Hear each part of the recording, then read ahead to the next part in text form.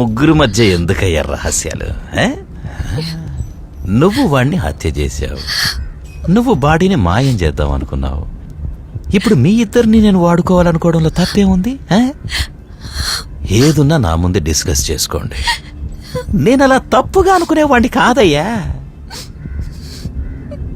ఆలోచించు, ఈయనైతే మనకి అవకాశం ఇచ్చిండ్రు. అదే వేరే వాళ్ళు అయి ఉంటే మనకి ఈ ఛాన్స్ కూడా ఉండదు కాదు. భలే పాయింట్ పట్టేసావు నువ్వు.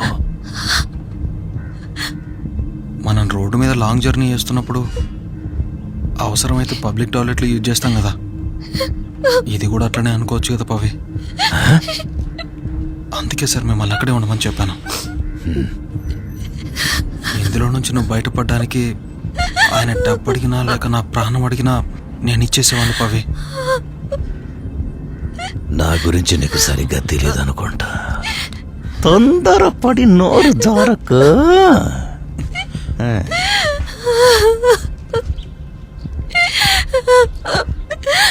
అందుకే నేను సరెండర్ అయిపోతానంటాను, జైలుకి వెళ్ళిపోతాను.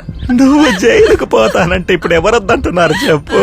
అక్కడ జైలరు, వార్డెన్ మొత్తం నాలాంటి వాళ్ళే. రోజుకోడు కావాలంటాడు. నేను అనుభవంతో చెప్తున్నాను నీకు.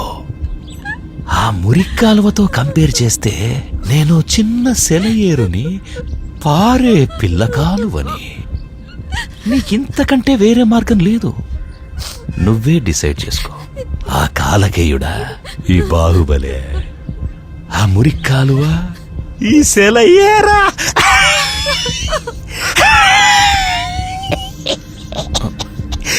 పవిత్ర, పవిత్ర, ఇలా చూడమ్మా, ఇది హత్య కేసే కదా. ఓ 7 ఏళ్లలో బయటికి రావచ్చు అనుకుంటున్నావేమో. ఆ పాత రోజులు కాదమ్మా. ట్రైన్లో టికెట్ తీసుకోకుండా దొరికి 20 ఏళ్లు జైల్లో ఉండొచ్చిన వాళ్ళున్నారు మన ఊళ్ళో. సిస్టమ్ అలా ఉందమ్మా. ఇప్పుడు ఇదంతా పేపర్లో రావడం, నీ ఫోటో టీవీలో వేయడం, ఆ తరువాత ఇది బ్రేకింగ్ న్యూస్ గా రావడం చూసి మీ ఇంట్లో వీళ్ళింట్లో ఓ 2 ఊరేసుకొని చావడం అవసరమా? నువ్వు నీచంగా ఆలోచిస్తే నీకంటే నీచంగా ఆలోచిస్తాడు ఈ బెర్లిన్. పవిత్ర, పవిత్ర,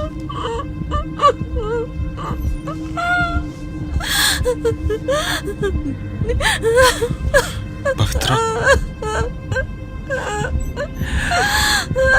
ఏమంటున్నావు? ఒప్పేసుకుందిరా బెర్లీ.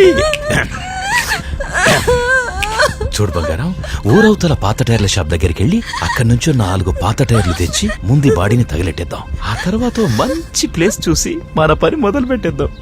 హలో బ్రదర్, ఓ తెల్ల పేపర్ మీద సంతకం పెట్టి నువ్వు ఇక్కడి నుంచి వెళ్ళిపోవచ్చు. రండి రండి, ఇంకేం ఆలోచించొద్దు. కమాన్ కమాన్ క్విక్. ఇంత సహాయం చేస్తుంటే కనీసం థ్యాంక్స్ కూడా చెప్పలేదు. మంచికి రోజులు లేవురా బెర్లిన్. సాఫ్ట్ గా తేలిపోయే చిన్న విషయానికి ఎంత హార్డ్ వర్క్ చేయాల్సి వచ్చింది.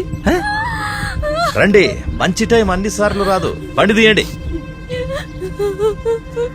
కడలి నుంచి నన్ను రక్షించిన ఓ దేవా, కన్నీటితో వేడుకుంటున్నా నా బిడ్డను రక్షించలేవా? నిజమైన దైవమా, మనుషుల మనసుల్లో కొలువైన ఓ దేవా, పాపులను మన్నించి ప్రాణాలు పోయేవా దేవా?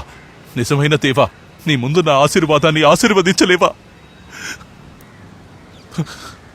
మన్నించు మన్నించు మన్నించు మన్నించు దేవా, మన్నించు మన్నించు మన్నించు. సందేహం అనే సైతాన్ని తొలగించుదేవా, మా తప్పుల్ని మన్నించుదేవా. సందేహం అనే సైతాన్ని తొలగించుదేవా, సైతాన్ని తొలగించుదేవా. మన్నించు ప్రభు, మన్నించు ప్రభు, మన్నించు ప్రభు, మన్నించు మన్నించు మన్నించు మన్నించు దేవుడా, మన్నించు.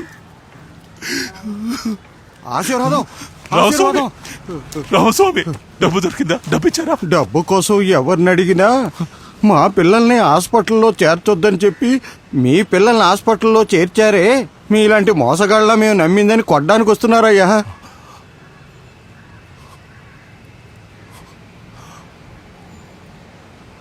నీ బైక్ అమ్మేశావా రామస్వామి? పర్వాలేదు ఆశీర్వాదం, ప్రార్థించు, నీ కొడుకు కోసం ప్రార్థించు.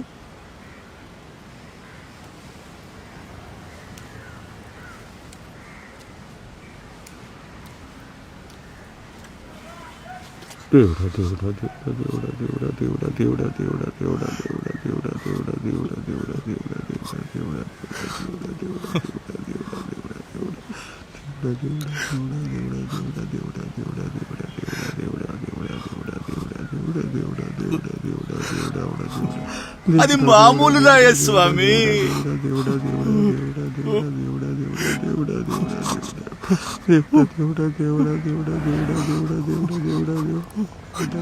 అది మామూలు రాయ స్వామి.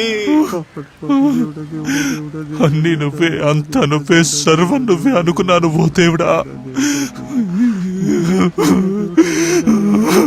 ఏది సత్యం, ఏది అసత్యం, ఏది నమ్మాలి, ఏది నమ్మకూడదు, ఏది సత్యం, ఏది అసత్యం, దేన్ని నమ్మాలి, దేన్ని నమ్మకూడదు, ఏది సత్యం, ఏది అసత్యం, ఏది నిజం, ఏది అబద్ధం, ఏది సత్యం, ఏది అసత్యం, ఏది నమ్మాలి. ఆశీర్వాదం, ఆపరేషన్ టైం అవుతుంది. ఆశీర్వాదం, లేట్ అవుతుంది. నువ్వే వర్తమానం, నువ్వే భవిష్యత్తు, నువ్వే భవిష్యత్తు దేవుడవు. అన్ని నువ్వే అనుకున్నాను దేవా, అన్ని నువ్వే అనుకున్నాను. ఎంతో మంది చనిపోతే నన్ను మాత్రమే ఎందుకు రక్షించావు? ఆ సునామీలో నన్ను మాత్రమే ఎందుకు రక్షించావు దేవుడా? అనుమానమే సైతానై పీడిస్తుంది, అనుమానమే పెనుభూతమై ఏడిపిస్తుంది, అనుమానం ఆవహిస్తే వెంటాడుతుంది. అనుమానమే సైతానై పీడిస్తుంది, అనుమానమే పెనుభూతమై ఏడిపిస్తుంది, అనుమానమే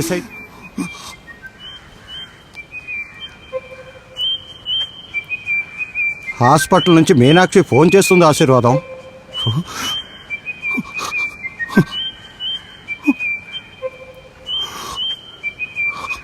నాకు భయంగా ఉంది రామస్వామి.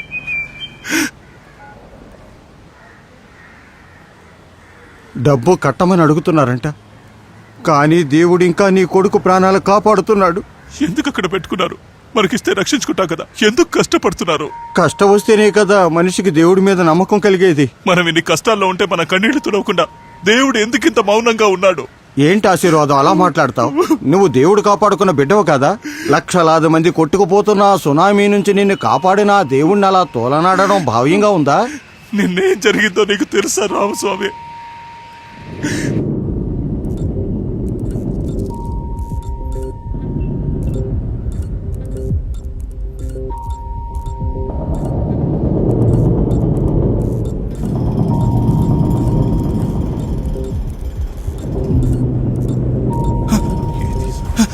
స్వామి, స్వామి,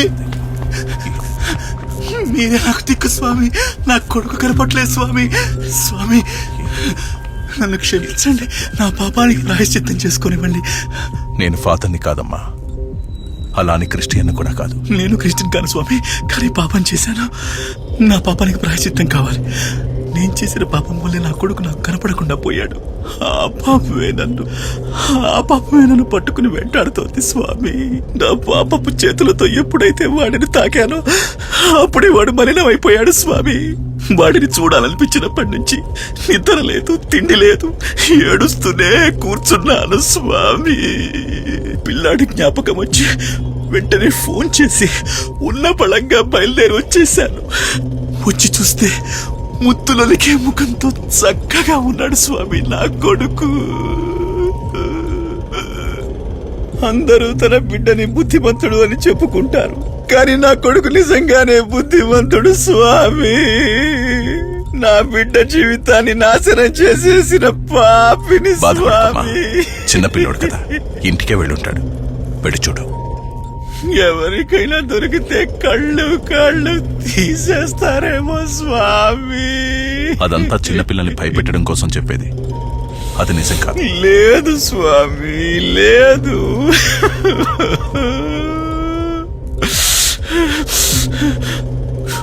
ఒకరోజు బొంబాయిలో కళ్యాణ్ స్టేషన్ నుండి టౌన్ స్టేషన్ లో వదిలిపెట్టమని ఇద్దరు పిల్లల్ని నాకిచ్చి పంపించారు.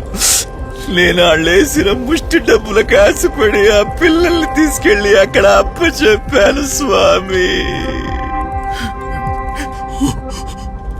ఒక నెల తర్వాత ఆ పిల్లలు పిచ్చమెత్తుకోవడం చూశాను స్వామి. ఒకడికి కళ్ళు లేవు, ఇంకొకడికి కాళ్ళు లేవు. నేను వదిలిపెట్టినప్పుడు వాళ్ళకి కళ్ళు కాళ్ళు బాగానే ఉన్నాయి స్వామి. అయ్యో నేను పాపం చేశాను స్వామి, నాకు పరిహారం కావాలి. నేను పాపం చేశాను, నా పాపాన్ని మన్నించి నా బిడ్డను కాపాడు స్వామి, కాపాడు. నాకు ప్రాయశ్చిత్తం కావాలి. నా జీవితంలో చూసిన అతిపెద్ద పాపి నువ్వు. నేను నా దేవుడు కూడా క్షమించడు. నీలాంటి వాళ్ళు బతుకుండడం వేస్ట్. చావచ్చు కదా. పోయాను స్వామి, చావాలనే పోయాను. లక్షల మందిని మింగేసిన సునామీ నన్ను మాత్రమే ఎందుకు కాపాడాలి? ఆ ఇద్దరు పిల్లలు అవిటి వాళ్ళు అవ్వడానికి కారణం అవ్వడానిక?